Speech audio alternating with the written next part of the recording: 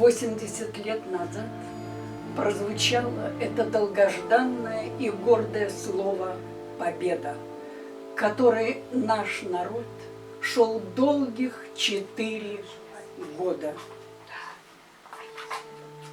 Наш народ и его армия – это герои, солдат, офицер, генерал и мой отец Сатаев Петр Макарович. Он погиб, защищая белорусскую землю. Родина, которая чтит память павших наших отцов. Спасибо ей за это. Белорусские письменники, поэты иллюстровали у своих творах героичные учинки наших солдат.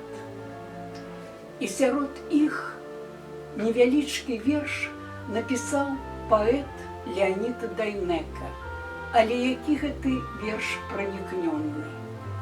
Прынясіце кветкі солдатам. Адгулі, адгрымелі гарматы, хмары чорныя адплылі. Прынясіце кветкі солдатам, што палеглі на нашай зямлі. Пакланіцеся нізка-нізка тым, хто зведаў агонь і дым, строгім помнікам і абеліскам, слаўным зорачкам баявым.